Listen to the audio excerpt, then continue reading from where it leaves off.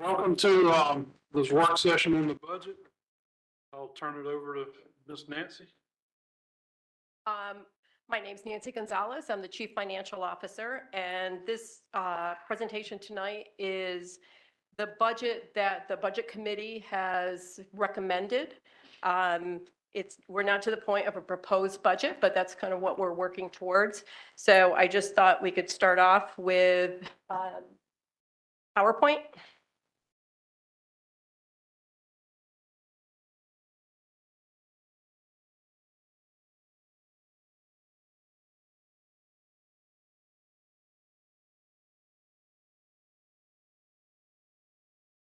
So when we first started receiving all the requested budgets and the Budget Committee started, we had $45,072,000 in requested budgets for the general fund. And that was 5.1 million more than the current year fiscal 23 budget. And that was a 12.8% increase from fiscal year 23. At that time, I had projected revenues of just under 42 million, which left a shortfall of about $3.3 million. So after review on the Budget Committee, from a revenue perspective, I reassessed that. And our tax assessor is conservatively estimating about a 12% increase in the tax digest. So I was able to increase the property tax, and then there were some other revenue sources that as we go through, I could show you those. And the proposed budget is almost 9 million, which really is not much of a reduction at all from where we started. However, what we were able to do is reduce a great deal of operating expense, and we shifted that over to capital expenditure. So as I go through, you'll be able to see that. But still, we ended up with a shortfall of almost 1.8 million. It's 1,764,000.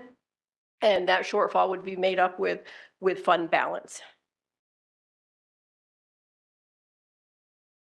So actually, before I even go further, I just wanted, you all do have this PowerPoint at your desks, so that sometimes that's easier to go through. Yeah. And you also have a budget book. And just if you want to reference that, what we have is we're setting it up just as I'm discussing it. And if you want to look at a department specifically, there's a table of contents you could go through and pick a department and look at every line item. If you want to go to that level of detail, it's available for us to look at. So, but in just the summary of the major changes that we were looking at was the digest growth, as I talked about, that we're expecting conservatively a 12% increase in the digest, which that resulted in actually a 14% increase in the property tax. And the reason it was more than the 12% is the current year budget is just budgeted conservatively. So what I did is I applied that 12% increase to what I actually think is going to come in, which is more reflective and more than what I had budgeted. So, you know, the bump up from the current fiscal year is almost 3.2 million. And the budget is balanced with no increase in the millage rate. The current millage rate, or the millage rate for 2022 was 14 mils. We're expecting a sales tax revenue increase of 4.5%. And also another revenue source this year is there's a contract between the Board of Commissioners and the Kings Bay base for their road work. And from the cost of that, we would be, or the board would be earning an administrative fee of 10%. So we're estimating that in fiscal year 24, there will be about either $1 or $2 million worth of work. So I'm budgeting at the low end of $100,000 in admin fees coming into the county. The expenditures, again, are almost 4.9 million, higher than fiscal year 23. And that number includes salary increases, the current salaries plus 2.5%, which is our new salary scale that we put into effect in fiscal year 23. So it's doing one step increase, which is 2.5%. And it also includes a budget for night shift differential and field training officer differential for the sheriff's office of 35 cents per hour. So that's also included. Insurance, we know that the property policy is going to go up about 25%. The big outliers through all of this is our vehicle policy and our liability policy. There's a great deal of unknown regarding that premium. We did receive an intent to cancel from travelers. And right now we're working through that with USI, our broker, to see what we could do in the future. But it could, we really can't even estimate what that could be. It could be over over $1 million. It could be a $2 million increase. We just don't know. So once we get those numbers, which may not be until the end of June, which is right around when we're adopting the budget, that may be a pretty major hit to this. And the reason that we do have that increase, it really is due to the claims from the sheriff's office for vehicle accidents and also the liability claims that are outstanding, which are in the tens of millions of dollars. So that will be determined as we get better pricing. Another item in the budget, and this isn't a change, but it's a continuation. For the past several years, we've been budgeting $100,000 for grant match revenue. So when Julie comes to y'all with a grant and there is some kind of match, we have just an area to pull that money from. So that's worked out really well over the last couple of years. Additional changes. Maybe.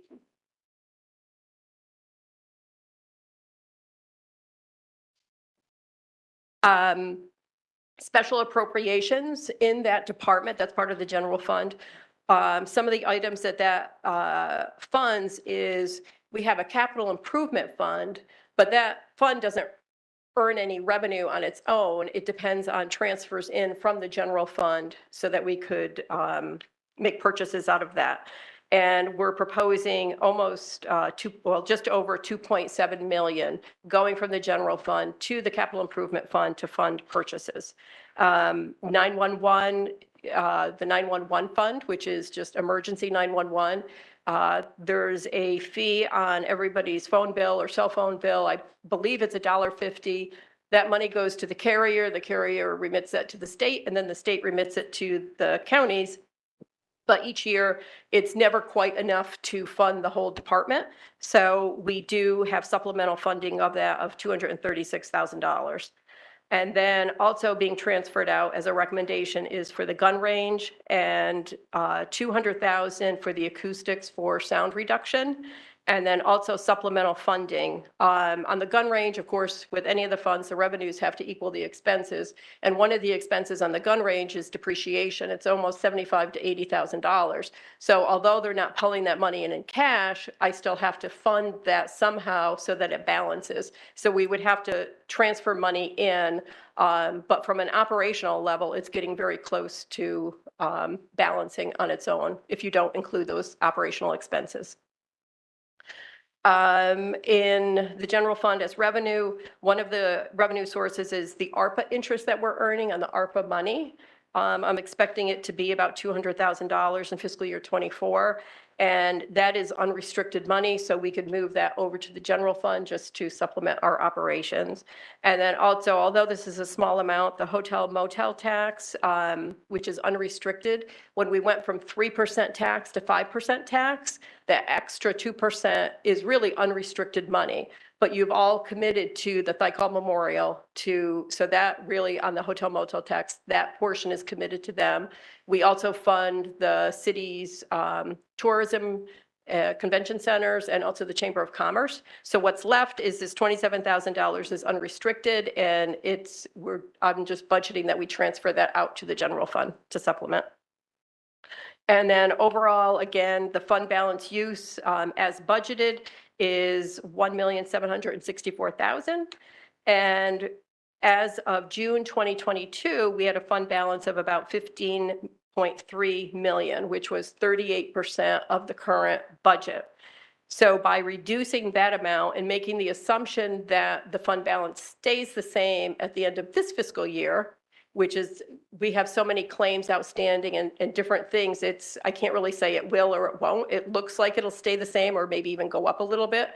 But just making the assumption it stays the same, when we reduce it by that 1,700,000, we will have a 30% fund balance against the current budget as presented.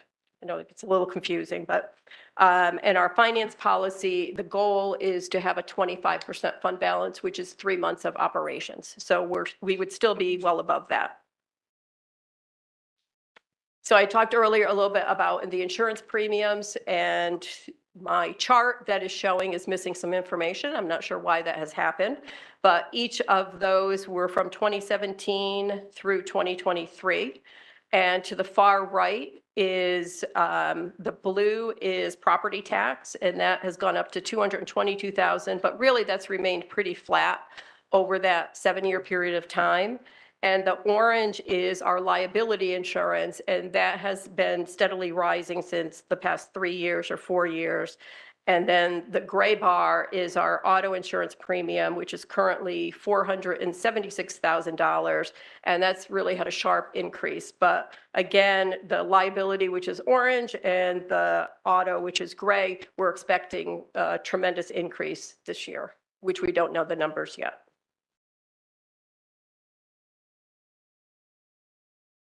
So the budget that we're talking about, we have these increases to staffing. Under general government, we would have a communications director, and that is part of the strategic planning initiative. And also we're budgeting for a small portion for a county attorney, and that is for succession planning as Mr. Meyer's contract ends in June. And there's discussion on whether or not we need to actually hire an attorney, and there would be an overlap at that period of just an overlap. So we're just budgeting for about 3 or 4 months for that position. And also a real property appraiser trainee, and that is to fulfill some state property review requirements in the tax assessor's office. Under the courts judiciary, we have an assistant district attorney that's being requested. And currently there's about 2,300 open cases in Camden County. I believe 800 are misdemeanors and the remainder are felonies. Although, Sean, do I have that reversed? That's correct? Okay. And this position would not necessarily be dedicated to Camden County, and this is the way the district attorney had requested it, but it really just kind of pools all the cases and it spreads out the cases. So he's not saying that this new position would be just for Camden, but it would allow the one person that is for Camden just to focus more on our cases. I hope I'm explaining that correct. Do you have anything to add to that, Sean? Yeah, and just part of that, commissioners, too, just know that, you know, a lot of our cases that are misdemeanors, because we don't have a state court, they get pushed up immediately to Superior Court. And obviously that adds an additional burden to the Superior Court judges to try to get those cases heard. And I think the DA's office, their main goal is to try to get those pled down, or, you know, just come to some level of a settlement with that case. So, you know, I think we're the only county in our judicial circuit that does not have a state court. Yep. Also, there would be an increase in juvenile court. Judge Green had requested a full-time position for a deputy clerk court, and the budget committee is recommending a part-time position to fill that position. In public safety, the sheriff's office is requesting a receptionist position. In the county library, and this is the Kingsland Library, they requested that one of their part-time positions become a full-time position, and the budget committee is recommending just one additional part-time person as opposed to a full-time with benefits. In planning and development, there's 2 positions being added, which is the GIS manager and analyst, and this is also part of the strategic planning initiative. And other changes and reductions are in public safety. This is kind of the EMA deputy director. It would be combined with the radio systems administrator position, which would result in a small bump in salary. And that would really align the position and the title to reflect the responsibilities currently. And then the current deputy director position would be reduced to a part-time EMA coordinator position. So it would be part-time without benefits. And then the other reductions are at the jail. There are 8 jailers, 1 sergeant, and 1 corporal position that we were able to remove from the budget request. And that's due to there's over 30 vacancies in the jail. And during this current fiscal year, we added 10 new positions. So they remained unfilled along with 20 other positions. So when the budget committee met with the sheriff, he was in agreement that we could not fund those in fiscal year 24. So we were able to reduce those positions. Absolutely, sir.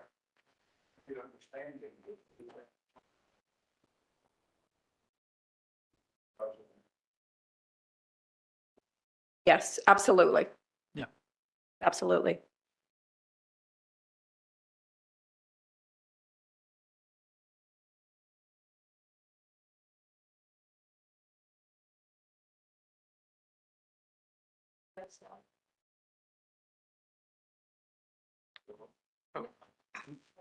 Oh, here we go. So this is a summary of the general fund revenues. And really just the kind of outliers there are, a big increase in interest revenue, and that's just because of the interest rates have increased significantly. The transfer in from ARPA of the 200,000, and that's really the interest earned on the ARPA fund coming into this, and then the money coming in from hotel motel, and of course the fund balance use increase. This year we have budgeted 867,000 of fund balance use, which we probably will not use. But in fiscal year 24, we're recommending the 1.7 million. So that does show us a pretty large increase. And then the other ones I think are really through the taxes, penalties and interest, that's showing a 9.8% increase. And that's really a blend of several, it's vehicle tax, it's TABIT, it's the property tax, it's the penalties and interest. So where I raised the property tax line by 14%, blended, it just comes out to this 9.8% increase. And from an expenditure side, the next couple slides or next several slides are going to be the general fund, and I've just broken it out by classification. So this first one is general government. And I'm not going to read line by line. You've got it in front of you. And just really the outliers on there would be elections and registration, which is about the 5th one down. And that increase was almost 45%. And that was really just due to the number of elections that are going to be held within fiscal year 24. It's for the poll workers, and it's just based on what is really going to happen. Special appropriations, that's a very large increase of 84%. And the majority of that, I think it was 2.7 million, is funding capital improvements, and that comes out of that fund. And while I'm talking about special appropriations, there's nothing in fiscal year 24 that the budget committee has recommended to be budgeted for spaceport. But if the board so determines, I could certainly add that for legal fees. But at this point, there's nothing budgeted. Another outlier would be the county attorney at 16%, and that's because we added that overlap position at the end of the year. Employee health benefits, we had a huge increase this year in claims, and we do think that some of those claims will continue into fiscal year 24. So that was raised to cover those. And also, again, the insurances, which is the liability and the vehicle insurance, we do expect it's an unknown. So what is there does not include any potential increase that we may recognize. So when that happens, that'll certainly shift the budget. And the next classification is the courts. And the district attorney, that's reflecting a 37% increase, and that was due to mainly the new position. And then the public defender has an increase of 19.7%. And that is it was requested that the public defenders be paid an additional $10,000 a year due to just being able to keep them because there's a lot of turnaround on that position. And the budget committee is recommending $5,000 increase per person. So that's what that increase is. And the next group is public safety. And there's really just the school resource officers is showing as an increase of 13%. That is not an increase in staffing. I think it was just that the school resource officer budget line, I don't know if it was under budgeted this year, but it's really, nothing has happened that's out of the ordinary. Unless, Debbie, unless you know of, it was just, yeah. So it's just to cover the current 6 vacant, or the 6 positions and just normal operating expenses. And the radio system is showing a decrease of 14% because of the combining the positions of the deputy director at EMA and the radio systems administrator. The way its budget is we're going to budget 50% to the radio line item and 50% towards EMA. So it actually ends up being a reduction in the radio systems line item. The next area is public works, and there's really not a lot to talk about there. And health and welfare, their budgets pretty much remained flat. Mosquito control, I believe they did have a small escalator in their contract. It's contracted services, but overall, those 3 are just a 0.1% increase.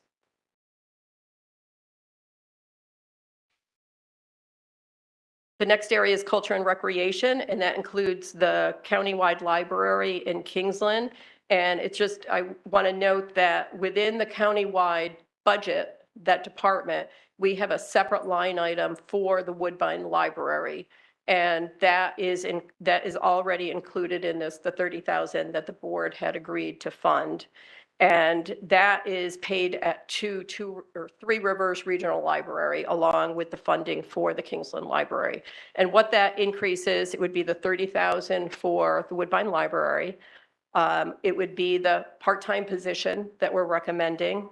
And then also the library manager and the director of Three Rivers had requested salary increases for staff at the county library. They had not received an increase in probably 4 or 5 years. And I had them do an analysis using the same regions that we used for our salary study, like Nassau County, Glynn County. So she did a study of all their positions, comparing what they were making, and came up with an average, and we thought a very reasonable increase for salaries. So that would make up that $94,000. And the Brian Lang is staying about the same. And planning and development, on the particular department, the $81,000 increase, or the 11.9%, that's the 2 new positions for GIS. But what's kind of coming out of that is, you can see a couple lines down is code enforcement.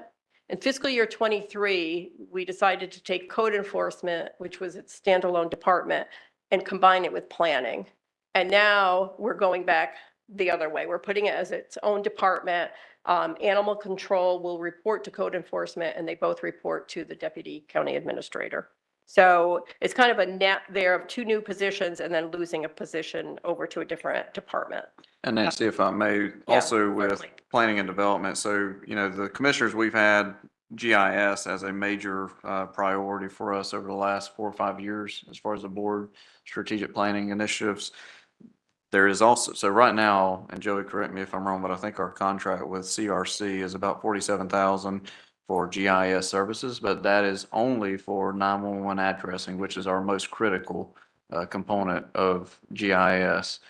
We have asked the CRC to look at training our staff to learn how to do E911 addressing so that we can bring that in-house and start doing that ourselves, which there is a component within that contract to increase that upwards to 80,000. The majority of that is going to be the training for current staff, but then we've also looked at, you know, there's a potential opportunity for us to actually hire an individual who has got an extensive career in GIS and been in communication with that individual. And I think it would be a wonderful opportunity for us to have that here. And maybe through that, if we can get that individual here, then we could potentially look at reducing to some extent, if not all, of our CRC contract. So just food for thought.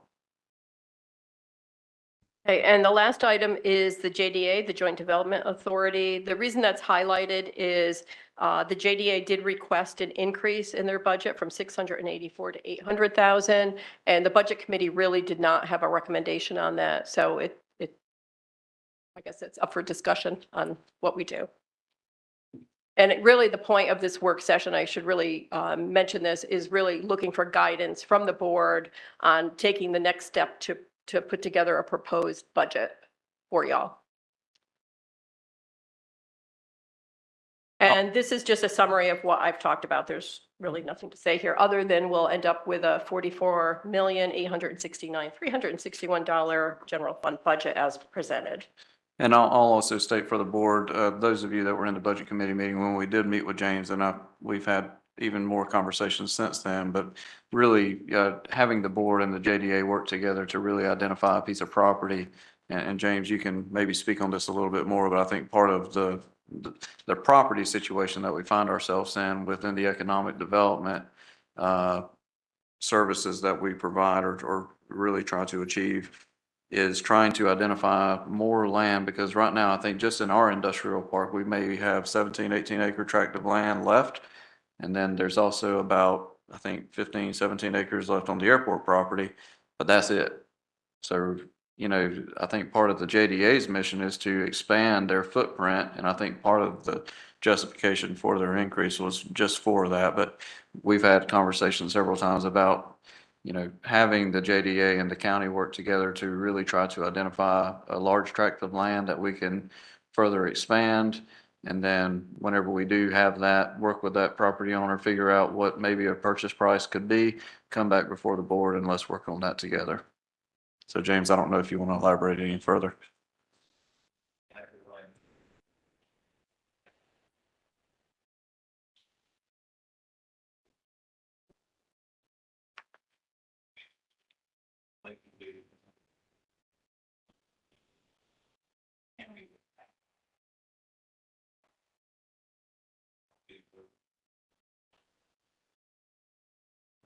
And just for the staff, and those in the audience that are, you know, obviously working back and forth with the board, I know it may be cumbersome, but if you could maybe come up and speak into the podium, otherwise we'll lose all of your comments. If you can, it would help. I'm not as audible as Sheriff Proctor.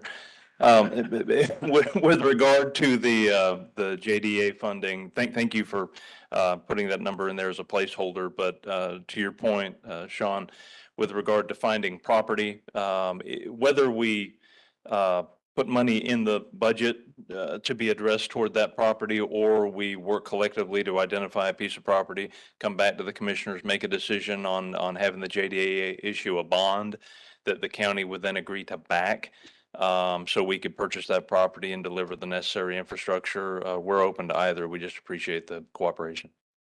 Thank you.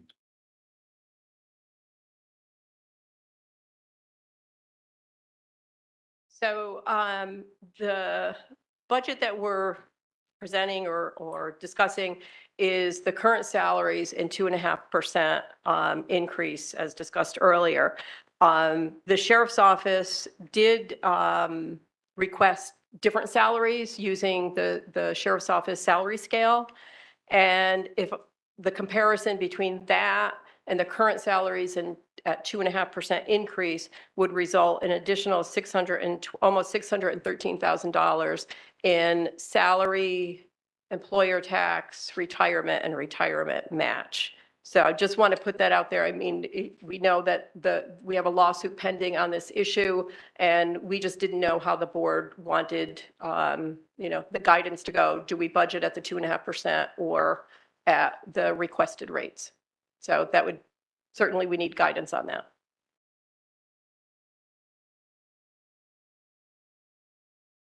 And the next slide, we had capital expenditures requested of $9.8 million.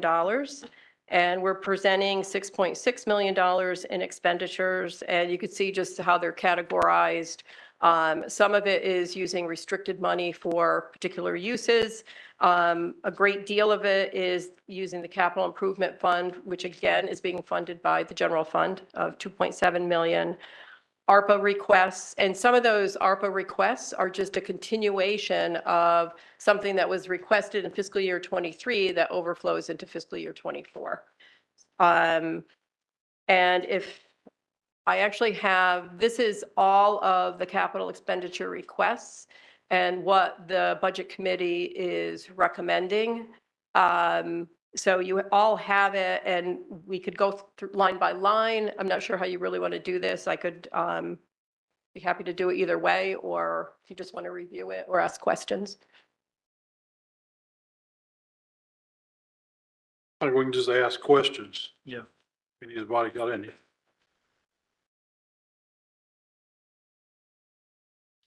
So the dark blue column is what the request was for. The next column over to the right is, it says proposed, but it's really just the budget committee recommendation. And then the last column is the funding source, whether or not it was SPLOST, ARPA, capital improvement, et cetera.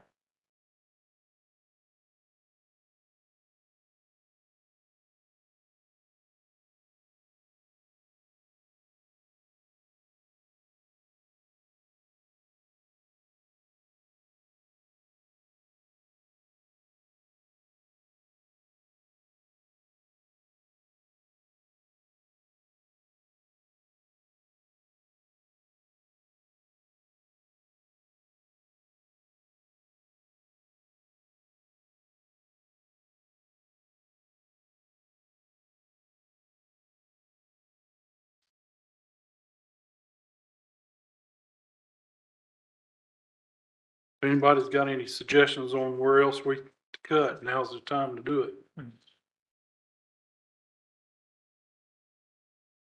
Also think of it as the fund balance that we're using to balance the budget of 1.7 million is fully funding anything that has a capital improvement designation.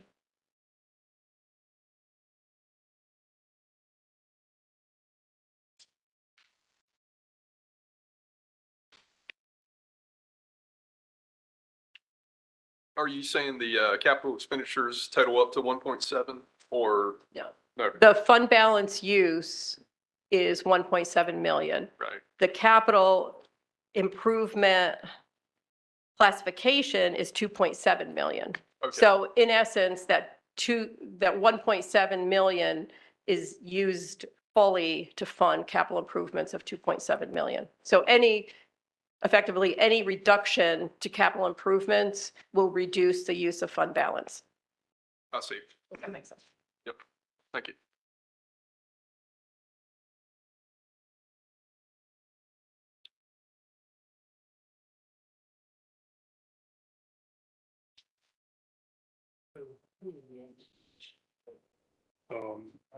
Her, the board, Sean. Sheriff, yeah.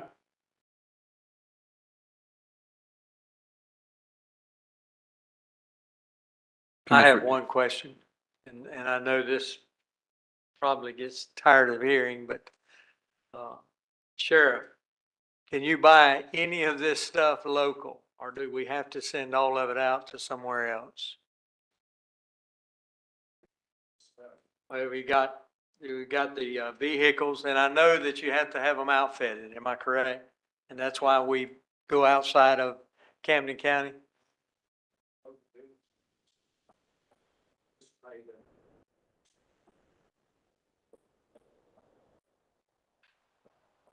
Okay.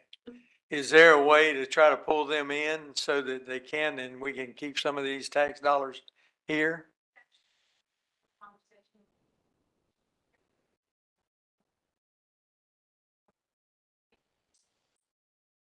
Okay. Well, can we do it one more time? Okay. I think I've talked to a couple of them and they did want to do business here.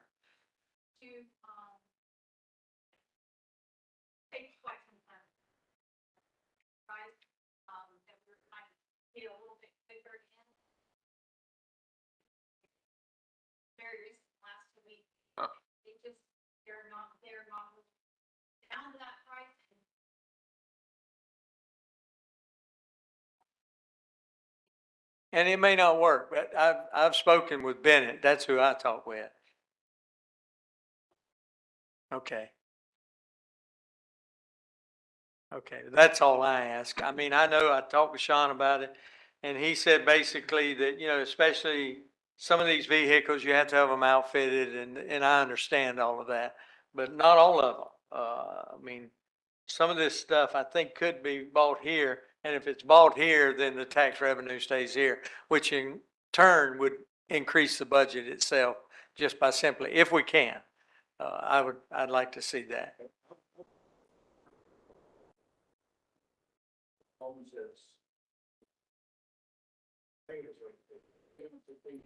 It's 5 now, I think, but 5% local. it used to be 10 at one time. It got lowered a couple of years ago. Okay. Yeah, that's my major question. I mean, you know, if we can keep our tax money here, then it has that multiplier effect, so.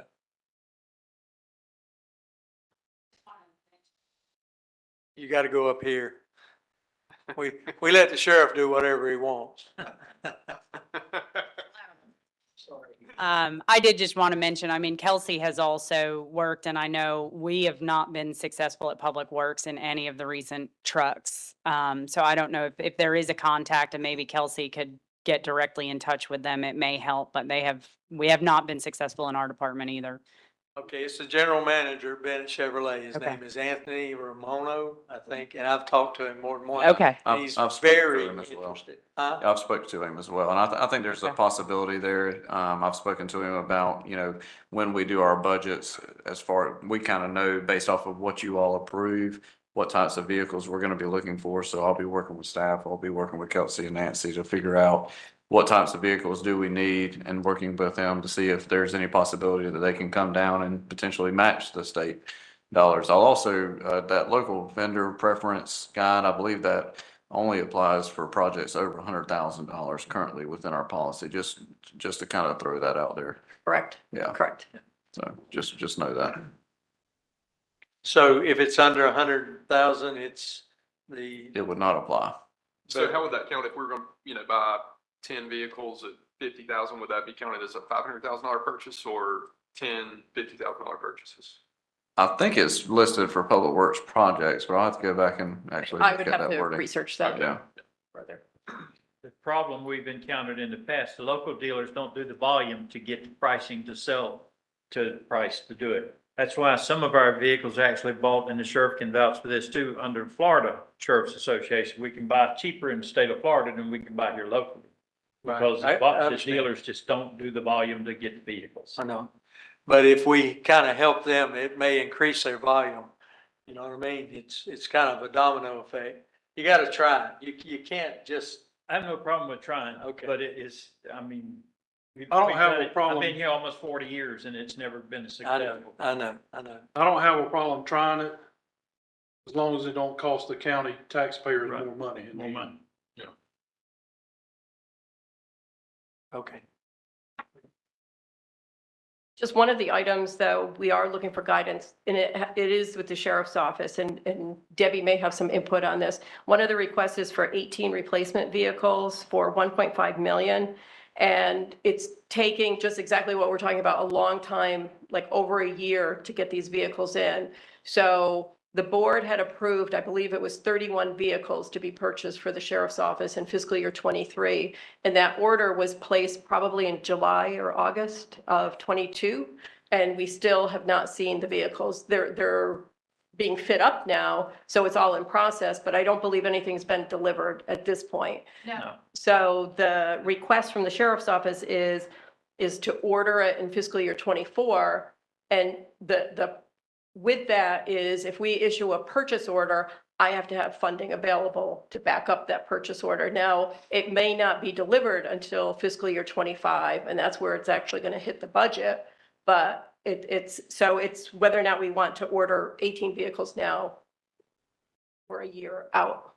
So just looking for guidance on that. Sheriff Proctor, you think we can get by with just replacing 10 instead of the 18?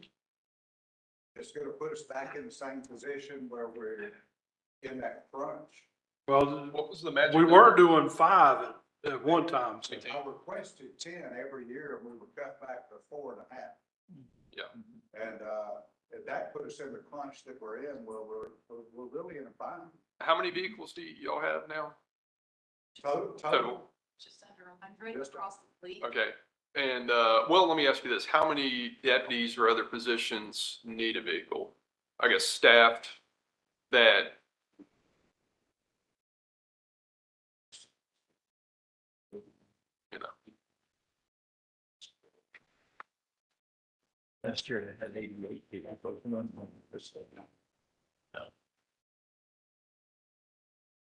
Are you asking how many of them need like right this second? yeah, I guess, you know, how many employees need a vehicle, or how many vehicles y'all have on the road currently? You know, around 100, you'd say? Okay. So and what do we figure the average life cycle was? The lease was 5 years? It's probably between 2 and 5, depending on the usage. Okay. So just, I mean, say there's 100 vehicles and they have a 5-year lifespan and we're cycling them out, you know, every year, that's 20 a year. And if we don't do at least that many, then we're going to wind up in that same predicament where all of a sudden we need 40 vehicles. The only ones that get wore out soon is the runs on the road, not the staff cars that they drive around for different areas and everything. We're talking about patrol vehicles. That's the ones that get wore out the fastest. The rest of them, every 5 years is really a short period of time for a vehicle. Those 32 vehicles, you take the hardest hit. Yeah. Sure. Yep. And then investigations would be the next hardest hit. And probably, there's some of the admin, like myself, both majors, chief deputy, we all have pretty high mileage on our vehicles. Sure.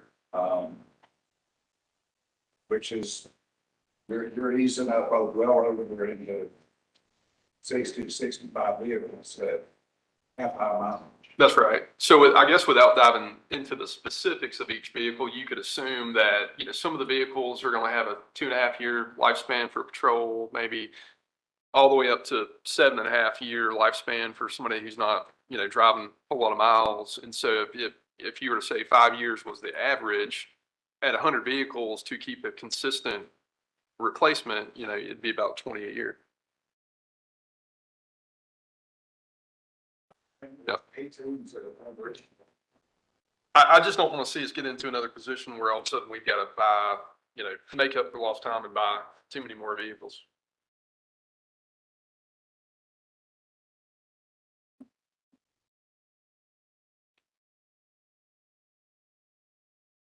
All right, but the big question is what's going to happen with our insurance? That's Correct. Correct.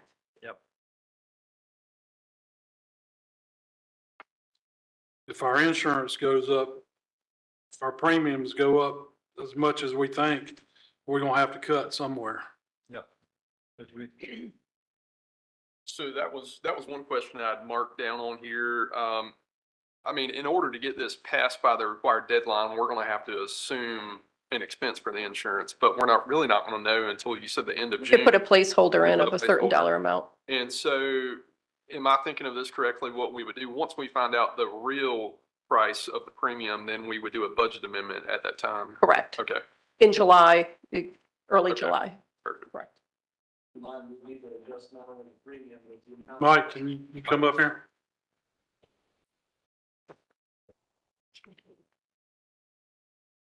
And the thing is, get some of that temperature.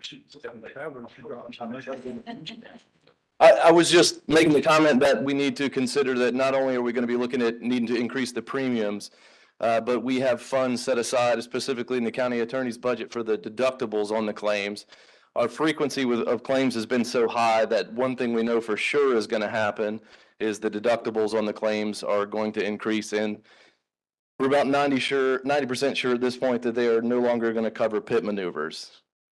So that'll be something that we'll need to either deal with on the point of where we would self-insure for those things, or it might even be things where the insurance companies could go after the individual deputies that are driving the vehicles to reclaim the money. Just know that that's something that we're up against now too. Another thing to consider is if, what if nobody wants to insure us anymore? Yeah. Then the only option we'd have at that point is what they call all lines aggregate. It's basically self-insurance for property and casualty. It's the same way that we operate right now for our employee health insurance, and it's the same way we operate for our workers' compensation. The issue with that is that, you have to have, we would need to have a huge fund set aside, and I'm talking a huge fund in the 10 million arena to be able to cover those claims. We do have a lot of instances where we can claim sovereign immunity, on simple, trip and falls and things like that. But what we're really encountering is specifically with the law enforcement liability claims, along with those claims invariably becomes claims of violation of civil rights, which throws the sovereign immunity out the window. Just note, we would be able to look at something where we would do a self-insured retention, and then we would have some type of umbrella policy where essentially we would say we would absorb the first $10 million a year, and then an insurance company would pick up after that. But specifically what's happening right now between what the insurance industry now calls law enforcement malpractice is what they used to call law enforcement liability. That's where the excessive force claims come in, and some of the issues that we've had in the jail. Those types of things are just, they're more and more common, and they're getting more and more difficult for insurance companies to cover them. Is that a rider on the GL policy, or is it like a separate policy? It is a specific line of insurance. So we have, Lance, I think probably about 10 or 12 different lines of liability insurance, which includes our general liability. That's, like I said, if somebody, falls down in the parking lot, that's general liability. We have medical malpractice insurance. We have general employment practices liability. That's like if somebody sues us because for a wrongful termination. We have what's called E&O insurance, which is executives and officers, which covers the 5 of you if you get sued for something in your county capacity. So we have all these different lines of liability, and law enforcement liability is specifically is a line of insurance. And it's that liability, and it's our automobile insurance that has had the insurance companies essentially say that we're not a good investment for them. Between those two lines of insurance, liability and auto, currently in fiscal year 23, it's somewhere just under $800,000 just for those two lines. That's not including property and all that kind of stuff. But I think the numbers were this year, we paid $800,000 in premium, and they've paid out, $3-4 million in payout on claim resolution. So you can see how that's not a good business investment for them. And we have been with Travelers for going on 20 years now. So for them to non-renew us, that really puts us over a barrel for other insurance companies to come in and try to take that risk for us. Now, have we received the official non-renewal? Yes. We've received letters from Travelers on all of the lines of coverage that we have with them of their intent to non-renew. I can tell you that our broker is still in negotiation with Travelers, and what he would like to see happen is that we Travelers would maintain our lines of coverage, which would be automobile and the other liabilities, but we would go out to something separate for law enforcement liability, and then pit maneuvers would have to be excluded. But I can tell you now, any insurance carrier that comes in for our automobiles, pit maneuvers will be excluded, will be not covered. And those payouts, out of how many of those are, court orders versus settlements? I mean, most of them end up being settlements. The insurance companies try to avoid long drawn out legal processes when they can, especially when they see that it's something they feel like they can, save money, compared to a long drawn out trial. Sure. Period. Yes, sir. Okay, thank you. Yeah. Mike, thank you for bringing, excuse me, Sheriff, go ahead. Hey, so the insurance companies will settle because it's cheaper to settle it than to pay it. That's true. Even though it's a winnable, it's cheaper to settle it, then they hold it against them. Chairman and I discussed the good news policy. Sure. Jimmy. Yes, sir. Sheriff, can you come up with a microphone? Well, I mean, y'all can hear We got a portable. yeah, the thing is it's recorded and for the public to hear. me. Well, okay. I would think that the public to hear it, but there's not an ambient microphone in the room. We have a handheld one they should be able to give you, Sheriff. It doesn't go out to the web. I was just saying that the insurance companies will settle these things, even though it's a winnable fight. because they believe they can save money by settling instead of fighting it and winning it, not having to pay anything except their attorney's fees. And then they hold it against us, even though it's a winnable action. And the pit maneuvers, the chairman and I have talked, and we've done policy modifications on that so that the pits are only going to be on forcible felonies. We discussed just felonies, but at a certain rate of speed, when they're running from you, it becomes a felony. Well, we're going to exclude those two so that it's only forcible felonies that they'll pit. I don't like the fact that the insurance companies are going to tell me how to do law enforcement, just like I don't like the fact that the insurance companies tell us how long we can stay in the hospital or what the doctor can do or what the doctor can't do.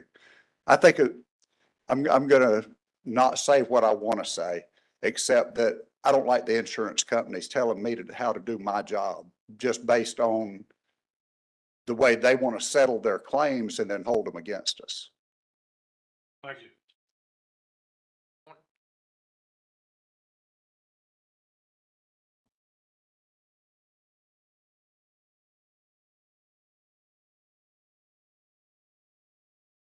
Want me to move on? Are we asking the question specific to capital expenditures or? I could just finish capital expenditures. I probably could do the rest in about 5 to 10 minutes and then just open up for any questions. This last piece this is from the enterprise fund, the capital requests from them. You know, the biggies are the acoustic sound reduction at the gun range, and also we're making a final payment on the D6 dozers at solid waste, and then they're fully owned by us at that point. And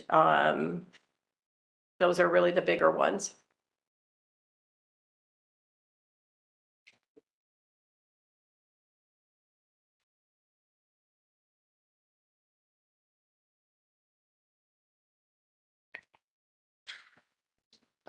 Thank you. So the next fund is curbside collection. And the big changes there is just the rate increase that was approved by the board a couple months, maybe 2 months ago, moving the annual rate from 220 annually to 300 annually, and not using any insurance premium tax supplementing. So that's why it was raised to the 300. And also, I know Meridian, in their contract, there's a clause that they could request a CPI index rate increase, which they have done. And I believe Seth will be presenting that at the next board meeting, but it is under 1%, if I recall correctly. So those are really the changes on that budget.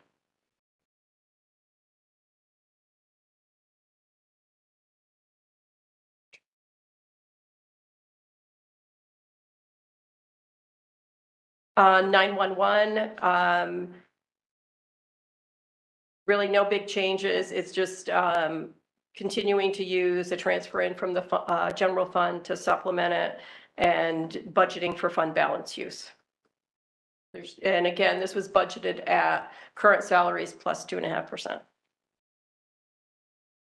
The unincorporated tax district fund, the big change here is we're not budgeting any use of fund balance. We've got quite a bit budgeted this year. It was for capital equipment for the fire. It was a couple tankers and pumper trucks. Honestly, I don't think they're going to be delivered I know that they're not going to be delivered by the end of June. And just as an administrative thing, we have to void that out of the fiscal year 23 budget and then move it over to the fiscal year 24 budget. So probably early in fiscal year 24, I'll be coming back asking to increase that budget line to cover those. But it's really just moving it from year to year until we receive them. And I believe it's the fall that we're getting some of them. Yeah. And out of this fund, we pay for a portion of EMS fire staff are split between the general fund and this fund. And this is based on, I believe it was an 84-16 split this year. So it's fire services. Also, we have right-of-way mowing, which is coming out of this fund, which is under the public works line. And we fund the PSA out of this under recreation. And this year I've set up a line of contingency reserve of 660,000, and that's really excess revenue that the board would really need to direct us on how to use that, whether or not we just budget for more fire equipment in the future. But we could leave it as a contingency line for now.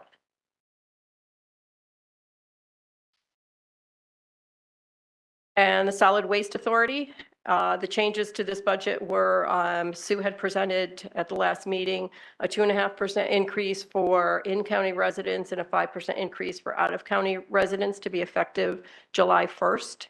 And again, there was a big reduction in fund balance use, and that was just due to the construction of Cell 8 and other capital equipment purchases in fiscal year 23.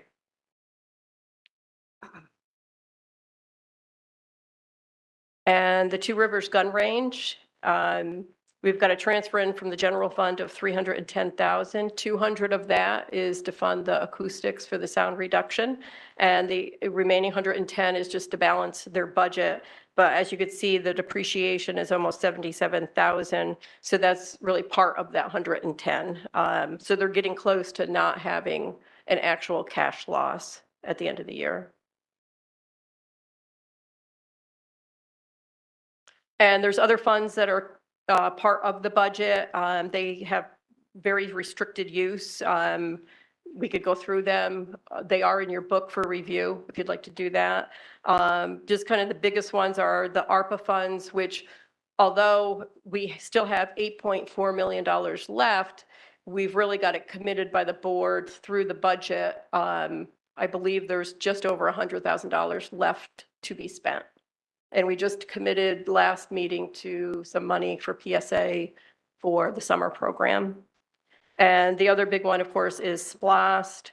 And those are, in accordance with the referendum. But it's also worth noting that the SPLOST, and I've mentioned this during some of the quarterly reports, the section of the referendum on equipment, vehicles, and IT, that is fully expended at this point. So that's why we're moving over to capital improvement fund, which is funded by the general fund, to make all of those capital equipment purchases. So it kind of just shifted the funding source. But we do expect that the SPLOST, it might even be the entire last year of SPLOST will be above the 55 million referendum. So that will be extra money coming in, and we could kind of probably in fiscal year 25 budget more out of the SPLOST account again for equipment.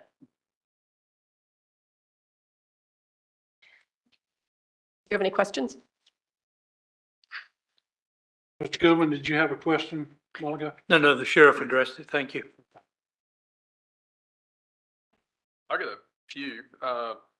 On slide 4, looking at the revenue changes, the $100,000 administration fee from Kings Bay Sub-Base Road Project. Could you explain that again? Exactly.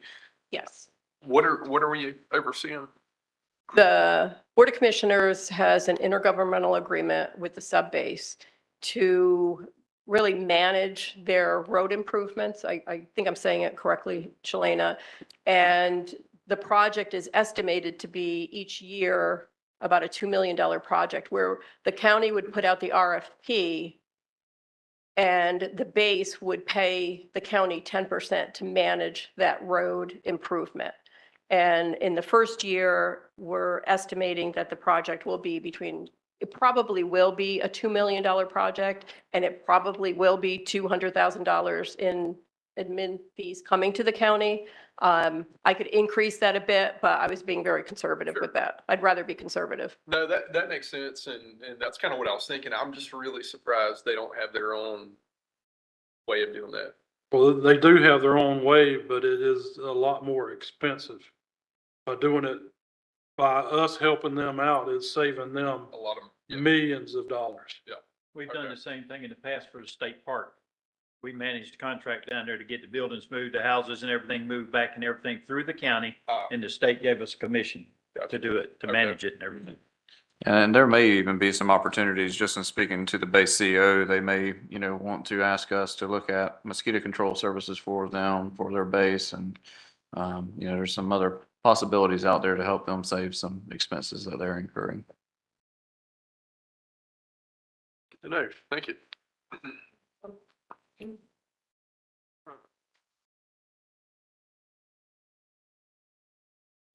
Just briefly, while y'all were looking through a lot of your pages in front of you there, we did have a number of position requests, and I just want to kind of briefly just run through those. Some of the department heads are in here, and obviously they're kind of seeing this for somewhat of the first time as far as some of those positions not actually being recommended. I'm just going to briefly run through those that were not pushed forward for the Board of Commissioners to consider. One of those was in IT. It's an AV engineer. We have a request for a potential nurse practitioner through the Main Point Clinic, an EMS training officer through EMS. And then there was a agricultural and natural resources educator for the UGA extension. So none of those positions were pushed forward by the budget committee for the board. If there's any questions surrounding any of those positions, please let me know. Some of those were pushed off to possibly next year.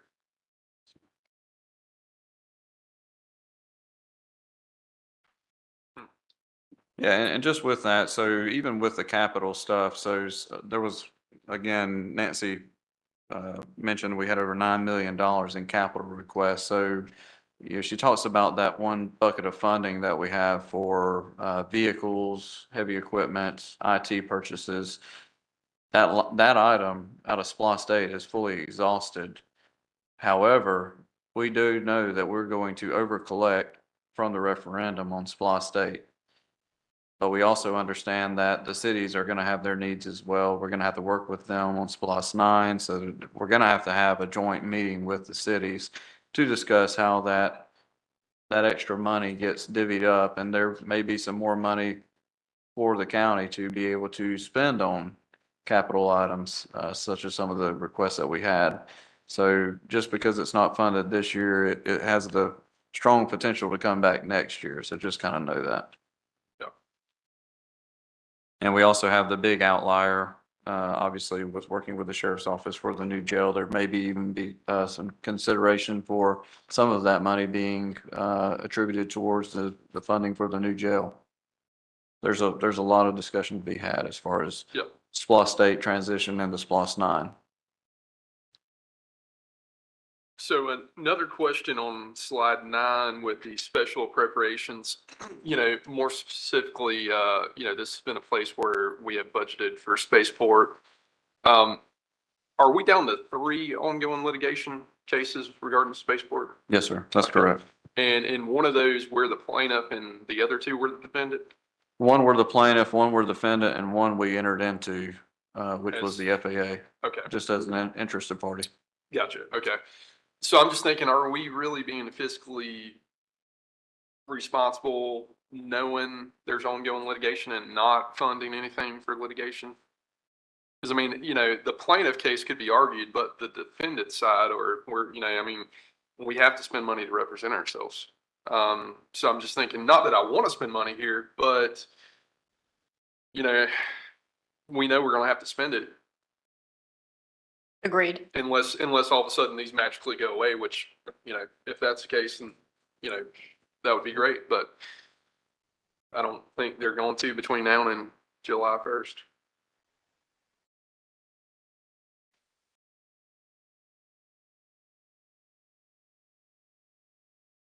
Well, we don't know how much to allocate for that either.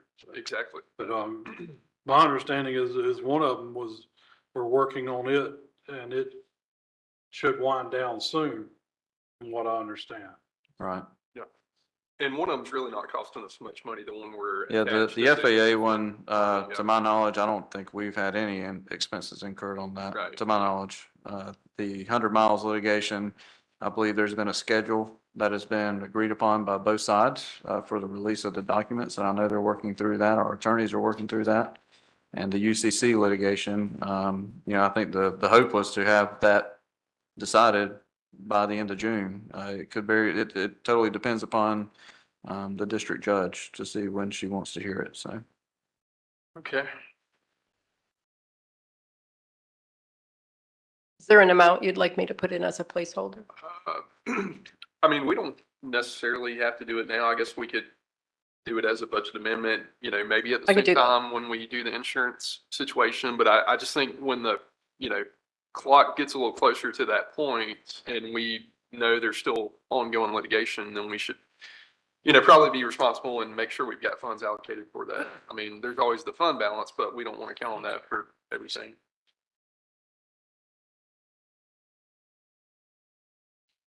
Yeah, and I think just that big unknown of what is our insurance rates gonna be, I mean, that total budget figure is just totally unknown at this point.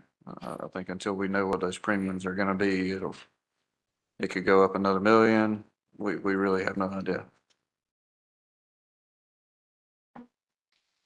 And these projections, are they with the revenue, they're anticipating an increase in the values or the digest, or is it? Well, I think Brian would have to speak to that Okay, more specifically, but it would be new construction. So it would be growth from new construction, new assessed values, a combination. okay.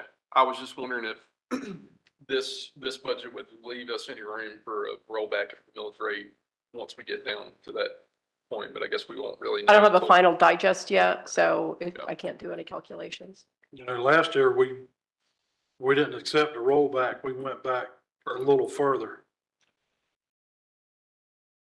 It'd be nice to do that again.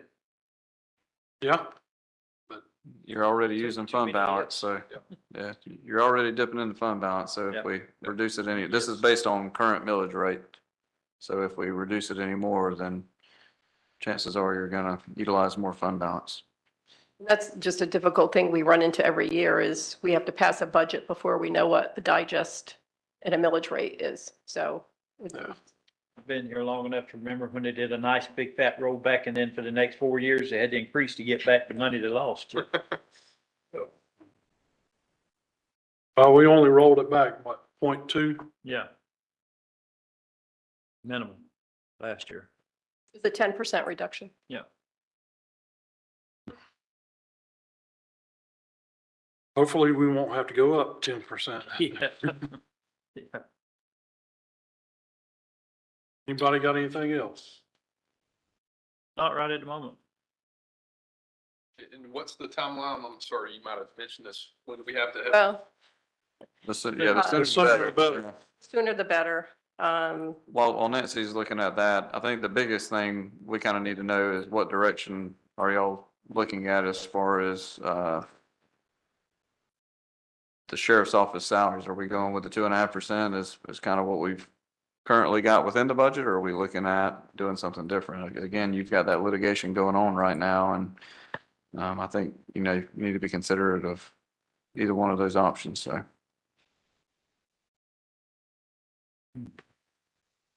Anybody got an opinion on that? What slide is that on?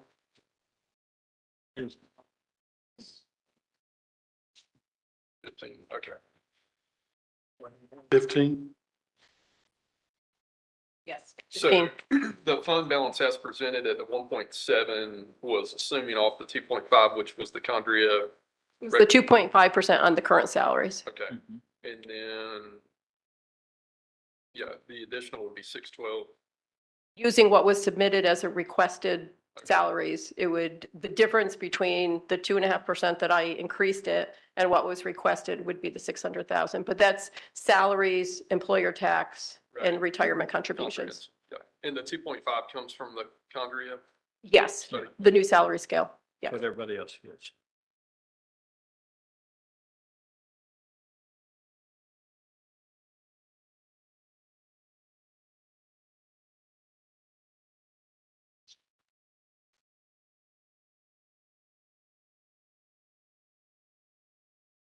I'll say we budgeted at the 2.5 of the Condrey study, and we'll see what kind of settlement we can reach with the sheriff and go from there. I concur with that.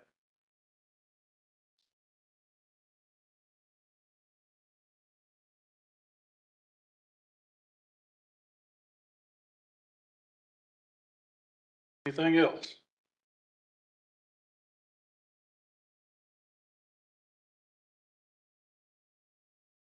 Scheduling wise, I've got budget adoption on Tuesday, June 20th, which is a scheduled meeting date. But we do have to have a public hearing the week before, so that would be June 13th. I'm kind of going backwards here, but we have to have a public hearing a week before it's adopted. And then I have to advertise it a week before the public hearing. So I'm kind of in a crunch of a timeline. The proposed budget I have submitting to you on Tuesday, June 6th, which is the first meeting in June. And that week, I would also have it available for the public to see on our website, and I advertise it as well. So June 6th is really when we compile a proposed budget, but it does take a couple days to do that too, so. So really, you got, excuse me, you got about a week to get all the information you need to be able to have time Yes. to compile it, yeah. Yes, and I actually would like to run an ad in next week's paper, just advertising that we'll have the proposed budget available on June 6th and the notice of the public hearing on June 13th, because I have to give a full week's notice. And in that, the public hearing would be on a Tuesday. I can't advertise it that previous Thursday. I've got to go back 2 Thursdays. So I really want to put something in the paper and next week, which means the deadline is Friday of this week. I don't need to know dollar amounts. I just need to, know if we're on track for that schedule. And just for the commission too, so I mean, yes, Nancy needs to know, pretty hard as far as what we're going to be proposing so that we can advertise. However, that does not stop the board from either modifying or adding, taking away from, even on the day of approval. So just know that.